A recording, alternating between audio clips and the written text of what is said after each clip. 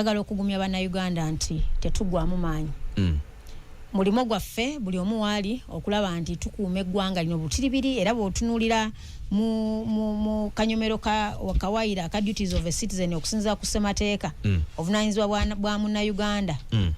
kitukakatako okulaba nga tukuuma ssemateeka obutatyoboolwa bannakigwanyizi.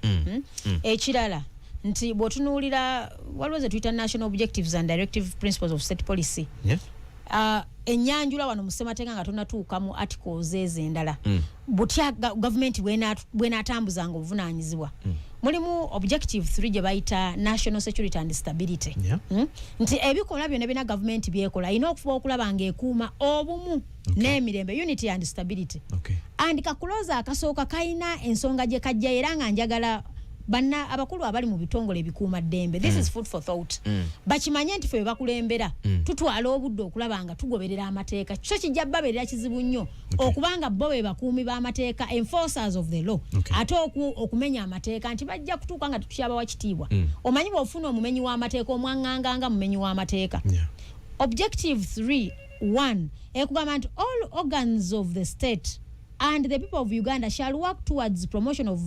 national unity, peace and stability. Nti ffenna bannayuganda nga tukwatira wamu n'ebitongole ebyo n'ebikuuma ddembe tujja kukola nnyo okulaba nga tukuuma obumu, emirembe n'obukkakkamu kyoyita stability mu ggwanga. Kati njagala okubuuza bino gavumenti byekola okuwamba abaana ba Nuupu wano, okuleka famire zaabwe mu maziga, obutabatwala mu makooti mu budde. Jjukira olina abaana booteresa okuva mu 2019. Kati tugenda kumalako emyaka 5 egya Mwami Museveni. Ekirabo kyawa famire ezo kuuma baana babali mu makomera. Abamu tebaleetebwangako mu makooti. Abamu be bali abali files ezava mu court martial ezali mu court martial newankubadde court martial ruling yayo wagira banga Supreme Court bwe ya rulinga files ezo era bannaffe abo bakyali mu makomera obumenyi bw'amateeka. Kati bwe nkubuuliza mukulu binongo obikola gwenga twalabye mu weekend omukulembeze w'eggwanga yafumbiza omuzukulu. Yabadde weekend omuzukulu yafumbiza omuzukulu. Meanwhile gwababo bakuumiddwa basirikale basula mu nnyumba ez'omulembe bakuumwa butulibiri. Oli afumbiza bazukulu kakati gwe okutte bano boyita abazzukulu kubanga agamba ejjajja era waba atwadressing oluusi nze kyennagaana okutwadressinga ng'abazzukulu. Nze mujjukiza bujjukiza nti abazzukulu obakutte bubi bajjajja bwe batusuuba kwata abazzukulu. Tetulina kutiitiibya bazzukulu naye magalenyize nnyo. This is simply too much. Nsembayo nkugamba nti saawa eno gavumenti despite the fact that tetulina sente ziweereza bannayuganda walabye gyo mu parliament minister wa finance state Musazi bwe yagambye bannange ffe mujja tusonyiwa capital development mu kwota esoose tetulina ze tuwaddeyo mu byokwekulaakulanya kubanga tetulina sente. Sente we release money according to the cash flow. So tetuwaba wadde sente newankubadde budget tupulaninga mu quarters ne mu kwota esooka tetulina kye twabadde kuba tetulina sente. Bagala kwewola. Okwewola ennaku zino gavumenti yafuse government of borrowing. Kati kwewola bwewozi kwewola yafuse ki? It's a government of borrowing. Ye buli lucha kwewola amabanja go gafusa amabanja. One time njagala ompeyo obudde tujja to discussing a report eya debt status y'eggwanga lino. Kwa report bajefulumiriza tuyimiridde wa mabanja era tusubira eggwanga lisubira genda wa trillion 1016. You see that's where atenga otutadde mu domestic areas gana amabanja nga walabye gyo bwe nawadde minister ku floor ya parliament wa agriculture eyagambye nti bannange ffe gundi newankubadde mwagala tusupply tuweyo ku bantu ku mwanyi basimbe naye ffe twagenze okulaba kati ebijimusa bya mugaso nnyo okusinga ki okusinga emwanyi. Naye ndamubuuza ne mugaa nti ayawe yagwe okimanyi nti waliyo bannansi abasupplyinga ministry ya agriculture endokwaze emwanyi mpaka kati myaka kumpi 6-7 si basasule billions eziwere 6. Naye nga nkuzaayo wano kyembadde ngezaako okujjayo nti government ekutte abaana abaali badde productive abavubuka abaali badde mu myaka gyabwe gikola. Njagala okutegeeza buli lwoba nga tokola government eba efiirwa kubanga ekyo tekijijjako obuvunaanyizibwa kuwa services oba okola oba tokola eteekwa okuwa. You must have access to roads, access to medication, access to water, access to electricity. Ebyo byonna newankubadde ebimu tebikola. So kitegeeza okutta abaana abaali ekoledde obasibye okulietinze bannamwandu okulietinze bamulekwa otutaddeko budget ennene nnyo ku kkomera. Government egambye ekwata abamenyi b'amateeka. Abamenyi b'amateeka saawa eno okimanyi nti congestion yo obaka nkuwa statistically oyina amakomera ago gonna in the whole country oyina kutereka bakomera emitwalo 21,000 emitwalo 210 sawa eno oyine emitwalo 8 ezo is as per the report of the Auditor General eya 2024 as at June amakomera ago gali congested by 377 gaina okuba 100% naye galimu times 2 galimu over excess ebitundu 377 bisatu 77 ekisembayo ayawe yanti prisons ya kaleta tuziongeze supplementary mwaka oguwedde ebimu ku bitongole byasinga okufuna supplementary budget prisons kubanga balina abasibe bangi tebakyalina bo bateeka tebakyalina ngoye emmere tebamala tebakyalina balisa ekisembayo ebyobulamu okusinziira ku ratio buli musirikale omu alina okukuuma abasibe basatu kakati saawa eno musirikale omu akuuma abasibe 15 kitegeeza nti eddembe ly'abasibe for now lirinnyirirwa. Okay. Kakati waliwo ensonga ezimu ze tutagenda kuwerekera balagajjavu mu kubalaata. Era omukulu omwogezi wa polisi njagala okumutegeeza nti office gyatuddemu office y'Abannayuganda. Bw'aba avuddeyo okwogera tetwagala atandike kwogera nga munnabyabufuzi. Ensonga gye bayita eddembe ly'obuntu. Human Rights Commission newankubadde oluusi ekola bye tutakkiririzaamu yakafulumya report on issues of human rights. Butya bwe tukoze omanyi human rights abantu bagenda ne balowooza nti kumenya ddembe ly'abuntu lyokka mu kubakwata abantu nga babakwata naye tebamanyi nti n'okubulwa emirimu that is a human right violation. Tebamanyi tulina economic rights. Omutamanyi nti wembanga sina access ku safe and clean water eno human right. Akati omukulu ono akugambye nti tucomplaining nti abana baffe babawamba ate nga babakutte bukwasi. Newankubadde tuli bajega okutegeera kwaffe kuyinza okubanga kuli wansi we naye saagala atulowooze senti ffenna tetulina magezi.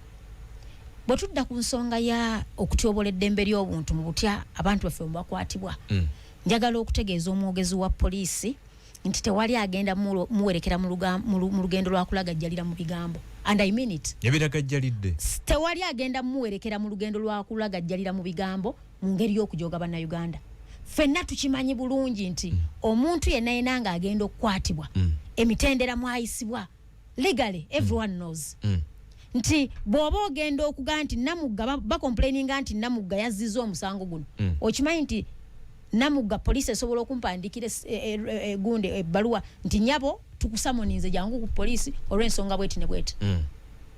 Tosobola kutandika kweyisanga enforcer okujja okukwatisa omuntu n'amaanyi nga tomuwadde mukisa kwa appearinga before police mu mirembe. Bana abana bola abakwatiddwa njagala oddeyo tunuulire kuba Edi Mutwe enkwatibwa gye bakwatibwamu bakirewe enkwatibwa gye bakwatibwamu olyoko tunuulire ono mwana yasembyeyo Doreen Kaija engeri gye yakwatibwamu n'abalala bonna Olivia Lutayo engeri gye bazze bakwatibwa. Kabanga linnya ziwerekeddwa abagalagala abakutte emmundu bagenze mugenda kuyoola muntu omu oyina emmotoka nnya temuwadde famire ye mawulire wa omuntu watwaliddwa nti atumwa arrest nze amukutte yenze gundi era mutwala wano bwemba mumunoonyeze ku police station y'Ekira kakati musanga muntu ava ku mukolo kwanza nga muyola nga mukasuka mu drone nga mutwala teri agenda kukkiriza kujoogebwa kutuuka kwekyo. Era no njagala okugamba manyi bwe tuyogera kaka mwogera bwogezi njagala okutegeeza twogera kuba tuli ddoboozi y'Abannayuganda. Ffenna tetugenda kwetaba mu bumenyi bw'amateeka nga twogera ku bamenyi b'amateeka naye tugenda kutuuka tubere constrained as leaders. Nabadde ntunula wano ku omanyi amateeka tosobola gasoma n'ogamalayo buli lwoddayo ng'ogasoma oyongera okumanya nti waliwo peesa lye tubadde tutannanyiga bulungi ate nga lituwa obuyinza nga Parliament ya Uganda. Among the functions of Parliament, this is Article 79(3) ku buvunaanyizibwa bwa Parliament. Parliament shall protect this constitution and promote democratic governance of Uganda. If obuvunaanyizibwa waffe nga Parliament ya Uganda kufuba kulaba nga ssemateeka ono tumukuuma butiribiri. Okay. Okufuba kulaba nga buli office bearer akozesa office ye okuyamba Bannayuganda si kubayamba actually okubayamba kiveewo okubaweereza kubanga tulayira teri mukozi wa government atasayininga ndagaano na bannansi buli wosayininga agreement nti ngenze bampadde omulimu n'osayininga oba osayiniza on behalf of Munnayuganda okumuweereza mu bwesimbu. Kaakati bino ebikolwa by'ekiwamba bantu tujja kiyita kiwamba kubanga bayoola buyoozi nga totegedde muntu ani amututte era atwaliddwawa. Omwana Olivia Lutaya tunyumiza n'agamba nti singa tubabuulira ekibeera mu drone ezo njagala obategeeza abasajja abeera mu drone ezo bawemula boogera buli ebitoogereka era omwana yatuwa amagezi natugamba nti bannange bakyala bannange bwe mba mugenda mukozese nnyo jiini ezo kati nze nkubuza ssaawa eno kuba bamala gawamba sebo nga bwe nyambadde bwe nti oyagalira bwe nyambala bwe nti nteekemu jiini lwaki balina kwambala jiini nkugambye yatugamba nti ebikolebwa omwo sijja bigenda munnyo naye nsaba muyambalenga jiini ensi wali gitegeezezza honorable biki bibeera mu drone kitegeezebwa nti abaana abo bagenda mu drone ezo abamu abasirikale babakwata mu nkwata etabaweesa kitiibwa bagezaako bakwata ku bitundu byabwe bitali bya poliisi nti poliisi webekutte waliwo ebitundu byotavunaanyizibwako okitegeera poliisi webe enkutte waliwo ebitundu ebitali byayo eddembe lyange teririna kutyobolebwa kuba poliisi enkutte njagala nkubule waliwo instances enyizo mbadde mulaba nga osanga abasajja nga bagenze okwarrestinga omukyala tokirabyeko bw'obanga tonakiraba nkujjukiza mu kalulu k'ekawempe ojjukira Sage yaliwo nga trail ya president efuluma ekavule abaana abakwatibwa abayolebwa Sage yabawo bakube batawa babakubira walaba enjola gye bayolo osanga omusajja ayola omukazi babasika amabere bagazeeno bagazeeri you know amuwanise engoye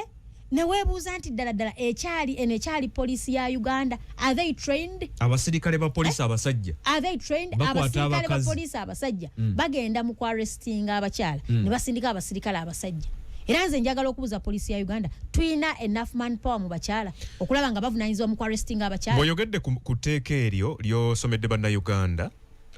Nerusoka Kituma agamba nti bakwata abantu nga bayita mu mateeka era bino si bigambo byange njagadde omanyiru bali wumulamu tasamirirwa wabadde waliwo okuyitangana kw'ebigambo nti ekiwamba abantu so njagala kiwaako statement so that abantu bategeere abali eyo nti kwanga badde bagamba nti poliisi nga bawayiriza poliisi tewamba poliisi ekwata omuntu mu luzungu kye tuyita arrest amaanyi egajja mu constitution n'amateeka amalala so abantu abanayuganda tebayinza kuwa poliisi powers eza arrest then gwe nozifuula kinenge n'ogamba nti eyo si arrest eyo kidnap omuntu bwe tumukwata nga poliisi tumutwala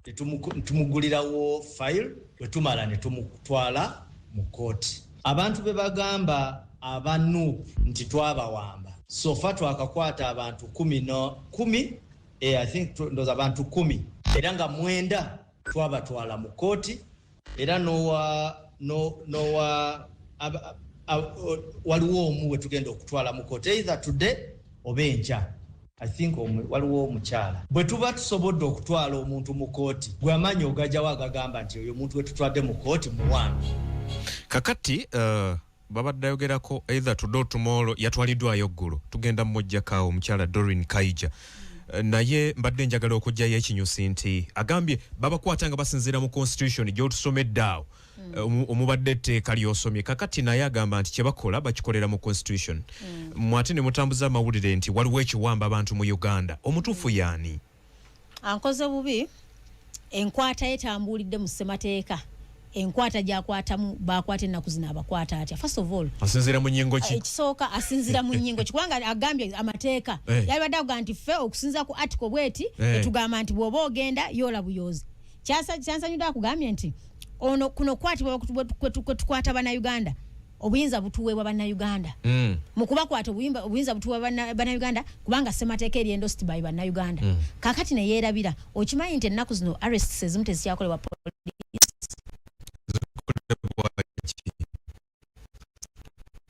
jati majesties ezinga tezikyakolebwa poliisi ekirala arrests zikolebwa nga abantu bali mu ngoye eza bulijjo bakute emmundu tebalina tags ziboogerako n'okumubuuza nti gwantwala gwani njagala okubuuza omukulu oyo nti bano nabo bali wansiiwe so njagala okutegeeza bannayuganda nti challenge twafunye nti tokyayawula wakati wa poliisi wakati wa UPDF wakati wa jati wakati wa SFC ebitongole ebikuuma ddembe byonna kati bi refused balinga abatuganda kati we have one force all round ekola buli wamu nti kati tugenda kusanga abasirikale abali mu police the Uganda Police Force nga be bagenze Congo kola ki ogenda banoonya abatujju mu bibira polisi ya Uganda tesobola anti kakati omanyi lwaki ejja kusobola okukikola kubanga kati bonna buli omu kafuukanga katogo baba kuŋŋaanyiza mu kiyumba bajja mu buzzi gwe genda okole wano gwe genda okole wano polisi bagiteeka mu kiyumba nkugambye kati enkola etambula that's where we are kubanga weebuuze gwe gundi jangu ogende wano njagala okukubuuza teeka akyamagye kwe gasinzira ogenda okuyoola omuntu amagye gayambako polisi amagye gayambako polisi awo polisi weeragira nti eremereddwa where police needs an extra force esobola okuyambibwako amagye kakati ensonga lwaki olaba nti okutulugunyizibwa kubawo mu nkwata y'abantu oddidde omuntu alina okugenda alwanagane n'abayeekera mu bibira omuleese abe nga yakwata omuntu wawulyo a civilian waliwo akatambi kewalabye kati ze kankugereza nga sinabagenda katambi twagende kavulaawo olunaku lwe twali tugenza okuexpressinga interest abaana b'SFC batukubirawa batusanga waliwo hoteli eri awo waggulu opposite n'ekitebe nalina abaana baali bavudde mawogola nga tewalino kye twakoze bava mu mmotoka abaana bakuba emmotoka yange endabirwamu kubanga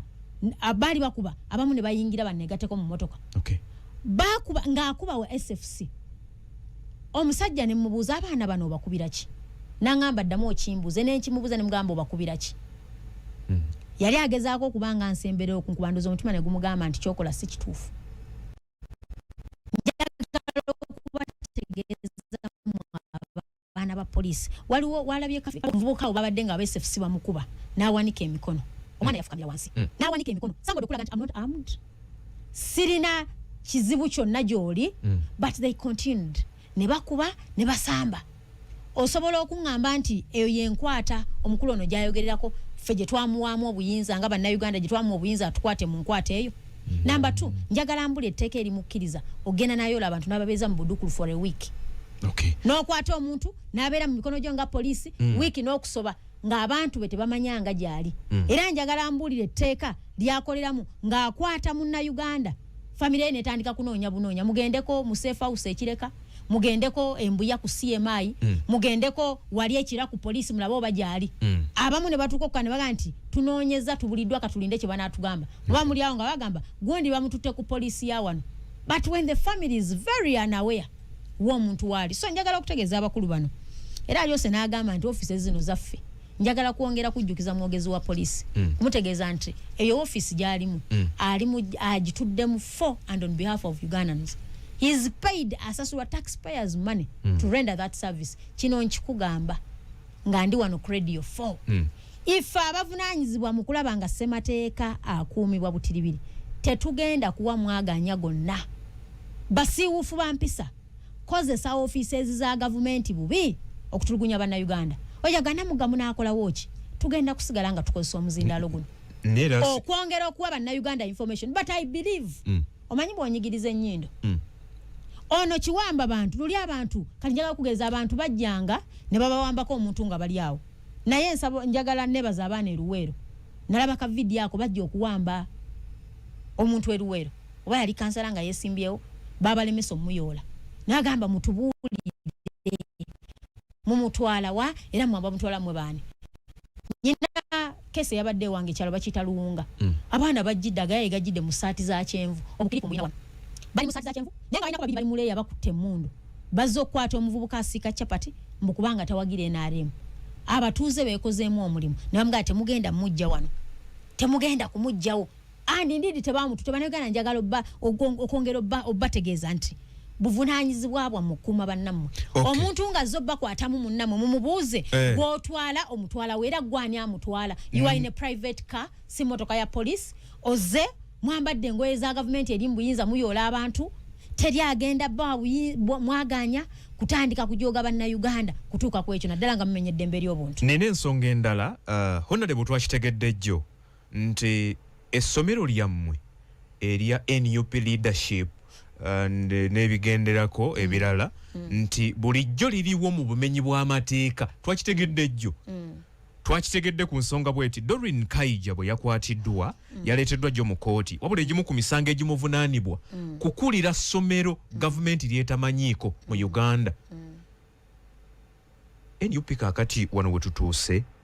somero mulirina mutikira abayizi neriri mu bumenyi bw'amateeka lwaki mukola bino essomero liri mu bumenyi bw'amateeka n'okwata Doreen Kaija alikulira director w'essomero aliddawa ani director w'essomero eryo the NUP leadership school ani director waalyo kakati tuyina gavumenti eyebye okutuuka ku level y'okuba nti ogenda ewaka nga semaka waali n'okwata omukozi ng'omuvunaana ku bikolebwa mu makaago naye ng'ovunaana maid kyabuswavu nnyo gavumenti ya Uganda yabisizza nnyo nze natunuulidde charge sheet eno nga nti naye really erino gye ggwanga lifishawo ekitiibwa bano ba office bearer abagala tubayite his excellence abagala omanyi kati olabya ku honorable ate omukulembeze w'eggwanga bino byonna bikolebwa on behalf of omukulembeze w'eggwanga toyinza kukwata Doreen Kaija bw'obanga ogenza okutunuulira obukulembeze bwa National Unity Platform Doreen Kaija ali mu namba mmeka nga bw'owulira wano bagaa nti we baggwanga mukulu Museveni ye head of state ye namba emu nti awo nozaako vice president awo nozaako speaker namba 3 njagala obuulire eggwanga mwe muyina experience mu bino Kaija namba mmeka mu structures za NUP Kaija namba mmeka meanwhile ne muba balagajjavu okuba nti okutta omwana w'abanna omusibe okusomesa mu ssomero eryo ng'essomero likyali liggule lwaki tebagenda ne baliggala these are the same criminals abagenda ekamokyawo ne bawamba bagenda ne bayola ebitabo byonna ebyalimu ne bayonoona ne bayasa endabirwamu gavumenti yayita gavumenti munafuye okutuuka ku mbeera y'okulwana n'ebizimbe embeera y'okulwana n'ebitabo is that our level government ya Uganda ng'etimba ekipande kiramba international government of the Republic of Uganda etuuse ku level ekwata omwana asomesa mu ssomero oyo Doreen si director omukozi mu ssomero negenda nemusiba nemuggulako n'emisango nga director w'essomero waali meanwhile n'essomero gye liri likola essomero weeriri era lisomesa abalikulira we bali batambula essomero sirigale naye okutte gwogamba oli yeebuuza naga nti abantu bano bategeera essomero lino litwogerako lirikamuwa kyewali ekitebe ky'NUP ekikadde lwaki mwalirekawo nga limenya amateeka ani alirekawo lwaki mwalitandikawo amulina gavumenti erina obuvunanyizibwa obukwatisa amateeka egenda eri amatendekero gonna mawandiise mu ministry lwaki lyammwe siriwandiise omanyi ebintu ebimu byewuunyisa twala mu ggwanga bwe tubanga otubuuza genda obuze gavumenti genda ogibuuze lwaki essomero lya anti yalaze terimanyi batuuse okuba abalagajjavu to the extent nti mu Uganda no buli omu akola byayagala newankubadde si kyewuunya nti osanga n'amasomero ga private agasomesa abaana baffe nga tegali registered you find a school nosanga oli nga alina emizigo ebiri omuzigo gumu 2 3 nga nalyo essomero baaliwandiika nga government yaliwandiika ate n'agaago waliwo nga tonatandika kurating amasomero ga private genda otunulira agaabo gennyini aga government nga baddidde emiti bawaniseeko ebisanja n'amatundubaali naye ngaeyo nayo balituumya essomero liri registered okusomesa abaana ba government so ensonga y'essomero lya NUP nze mbadde nsaba government egende ekwate bannannyini ssomero temutandika kutagalira ku baana b'abannammwe nga mubasibirasibira ebintu ebitali mu makulu anti basoosoona ababuulira ani yamuwa omulimu njagala okukutegeeza bwebanga government temanyi yawakayijja mirimu then they don't deserve to be called a government bwabanga tebamanyi yawakayijja mulimu then government tekyaliwo we don't have a government but to be honest bannayuganda bagala bakakase ddala essomero government erimanyi ate anti kakati singa nsaba ofuna obudde oleete abamu ku bakozi ba government sometime back you remember on the same school bayitako secretary general Lewis Rubongoya ekibuli bagita ekibuli ku CID ekibuli agenda nnyonnyole ku nsonga y'essomero eryo era nzijukira ebiseera bye yagenda kirira yambuka agenda nnyonnyole essomero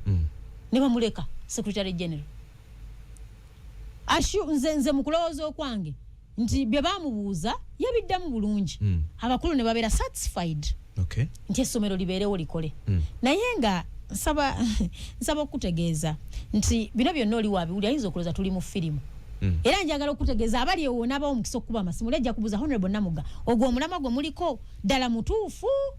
Byaddala. Oba mu busaazi. Emisango giri ebiri ejaggoddwa ku Kaija.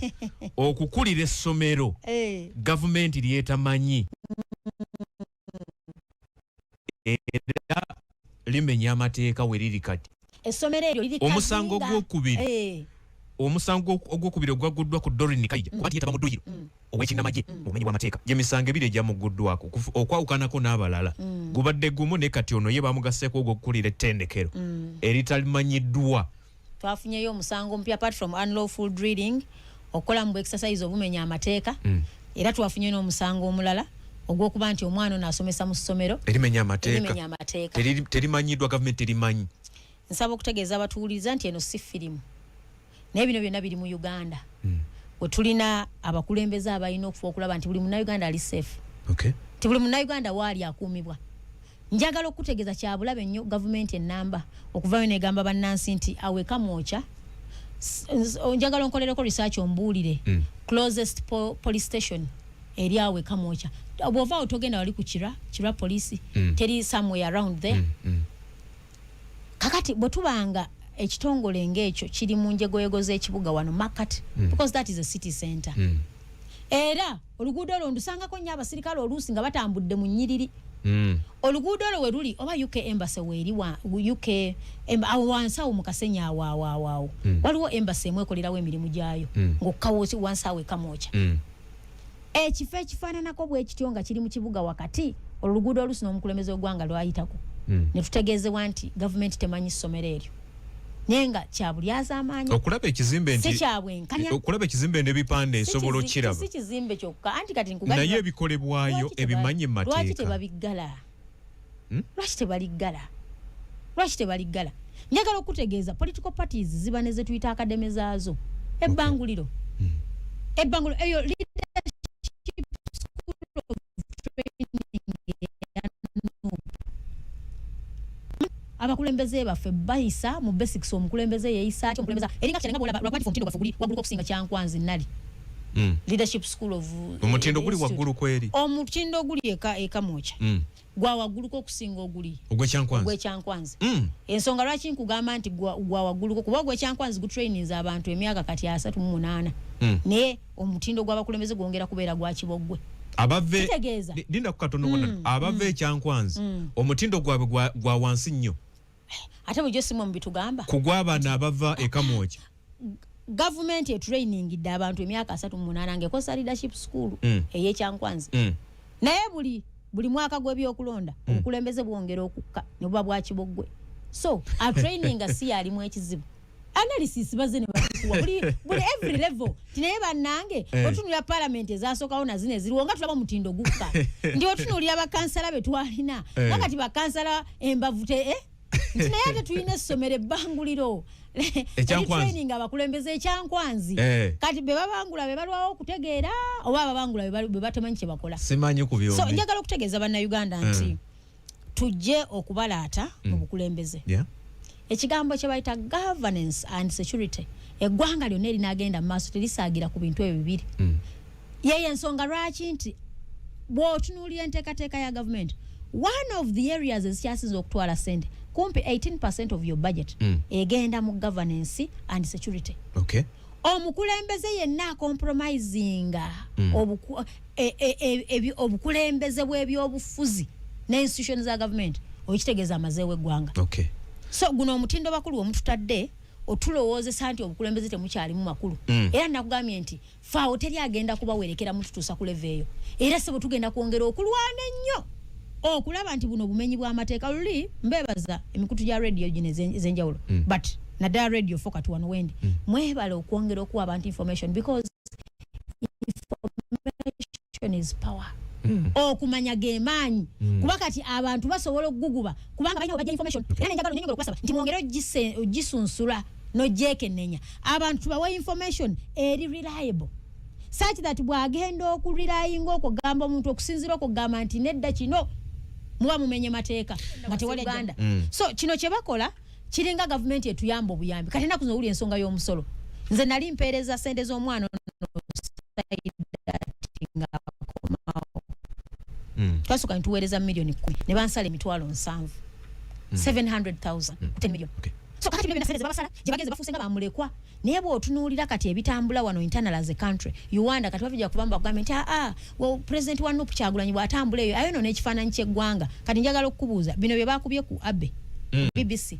ne president waffe Kyagulanyi gwe bagamba ayogedde ebituufu waga nti eno bakwata abaana ne babasibe watali musango bakwata abaana ne babasodomizinga nga babasodomizinga basirikale baffe basobole bateekamu okutya okungi ennyo nga baga nti ayonoonya erinnya ly'eggwanga naye kaakati kiragidwa ku BBC you have Ugandans abatwala abaana baffe bafuke ba sex worker ekisinga okuluma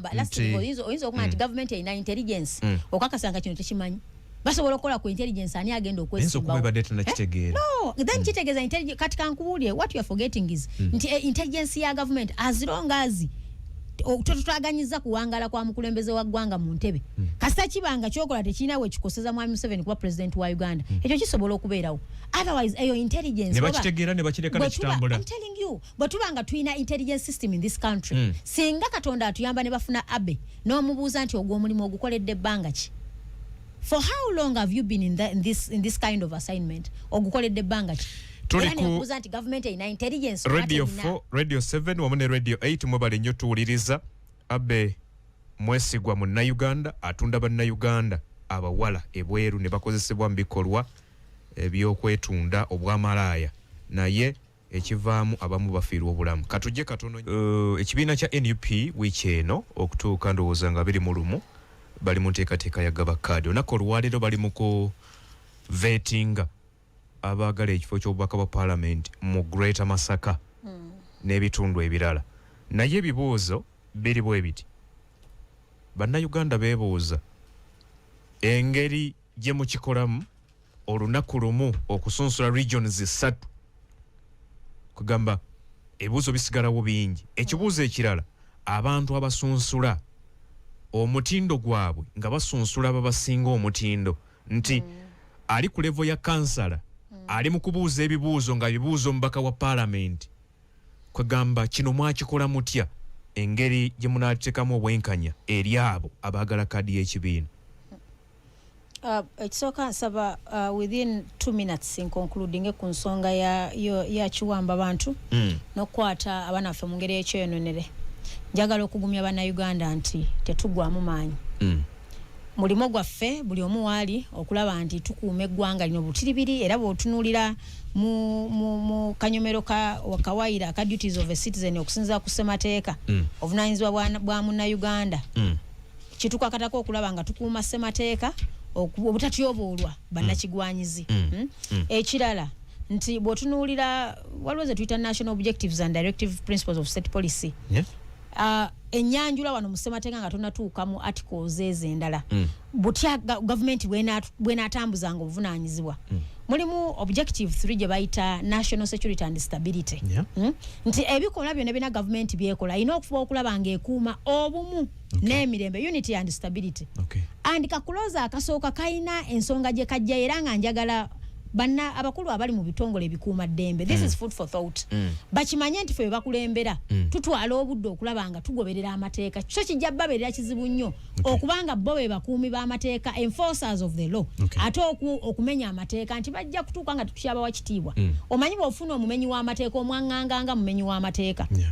objective 3.1 ekugamba nti all organs of the state and the people of Uganda shall work towards promotion of national unity, peace and stability. Nti fenna bannayuganda nga tukwatiraga wamu n'ebitongole ebyo n'ebikuuma ddembe tujja kukola nnyo okulaba nga tukuuma obumu emirembe n'obukkakkamu kyoyita stability mu ggwanga kati njagala okubuuza bino gavumenti byekola okuwamba abaana ba Nuupu wano okuleka famire zaabwe mu maziga obutabatwala mu makooti mu budde jjukira olina abaana booteresa okuva mu 2019 kati tugenda kumalako emyaka 5 egya mwami Museveni ekirabo kiyawa famire ezo kuuma baana baabali mu makomera abamu tebaleetebwangako mu makooti abamu bebali abaali files ezaava mu court martial ezaali mu court martial ne wankubadde court martial ruling yayo wagirabanga Supreme Court bwe yarulinga files ezo era bannaffe abo bakyali mu makomera obumenyi bw'amateeka kati bwe nkubuuliza mukulu bino ng'obikola gwe nga twalabye mu weekend omukulembeze w'eggwanga yafumbiza omuzukulu yabadde weekend omuzukulu yafumbiza omuzukulu meanwhile gwababo bakuumiddwa basirikale basula mu nnyumba ez'omulembe bakuumwa butulibiri olyafumbiza bazzukulu kakati gwe okutte bano boyita abazzukulu kubanga agamba ejjajja era waba atu addressing oluusi nze kye nagaana okutu addressing nga abazzukulu nze mujjukiza nti abazzukulu obakutte bubi bajjajja bwe batusuuba kwata abazzukulu tetulina kutiitiibya abazzukulu naye magalenyize nnyo. This is simply too much. Nsembayo nkugamba nti saawa eno gavumenti despite the fact that tetulina sente ziweereza bannayuganda walabye gyo mu parliament minister wa finance state musazi bwe yagambye bannange ffe mujja tusonyiwa capital development mu kwota esoose tetulina ze tuwaddeyo mu byokwekulaakulanya kubanga tetulina sente sente we release money according to the cash flow so tetwaba wadde sente newankubadde budget tuplaninga mu quarters ne mu kwota esooka tetulina kye twabadde kuba tetulina sente bagala kwewola okwewola ennaku zino government yafuse government of borrowing kati kwewola bwewozi kwewola yafuse ki it's a government of borrowing ye buli lucha kwewola amabanja kugafusa amabanja one time njagala mpeyo obudde tujja to discussing a report eya debt status y'eggwanga no kwa report baje fulumiriza tuyimiridde wa mabanja era tusubira eggwanga lisubira genda wa trillion 1016 you see that's where we are atenga otutadde mu domestic areas gana amabanja nga walabye gyo wenna wadembuza minister ku floor ya parliament wa agriculture eyagambye nti bannange fetwa gundi newankubadde mwagala tu supply tuweyo ku bantu ku mwanyi basimbe naye ffe twagenze okulaba kati ebijimusa bya mugaso nnyo okusinga ki okusinga emwanyi naye namubuuza ne muga nti ayawe yagwe okimanyi nti waliyo bannansi aba supplyinga ministry ya agriculture endokwaze emwanyi mpaka kati myaka kumpi 6-7 si basasule billions eziwere 6 naye nga nkuzaayo wano kyembadde ngezaako okujjayo nti government ekutte abaana abaali badde productive abavubuka abaali badde mu myaka gyabwe gikola njagala okutegeeza buli lwoba nga tukola government ebeefiirwa kubanga ekyo tekijijjako obuvunaanyizibwa obwa kuwa services oba okola oba tokola eteeka okuwa you must have access to roads, access to medication, access to water, access to electricity ebyo byonna newankubadde ebimu tebikola so kitegeeza okutta abaana abaali ekoledde obasibye okuliyetinze bannamwandu okuliyetinze bamulekwa otutaddeko budget ennene nnyo ku kkomera government egambye ekwata abamenyi b'amateeka abamenyi b'amateeka saawa eno okimanyi nti congestion yo oba kankuwa statistically oyina amakomera ago gonna in the whole country oyina kutereka bakomera emitwalo 21,000 emitwalo 210 saawa eno oyina emitwalo 8 ezo is at, as per the report of the auditor general eya 2024 as at June amakomera ago gali congested by 377 galina okuba 100% naye galimu times 2 galimu over excess ebitundu 377 bisatu 77 ekisembayo ayawe yanti prisons yakaleta tuziyongeze supplementary mwaka oguwedde ebimu ku bitongole byasinga okufuna supplementary budget prisons kubanga balina abasibe bangi tebakyalina abo bateeka tebakyalina ngoye emmere tebamala tebakyalina balisa ekisembayo ebyobulamu okusinziira ku ratio buli musirikale omu alina okukuuma abasibe 3 kakati saawa eno musirikale omu akuuma abasibe 15 kitegeeza nti eddembe ly'abasibe for now lirinnyirirwa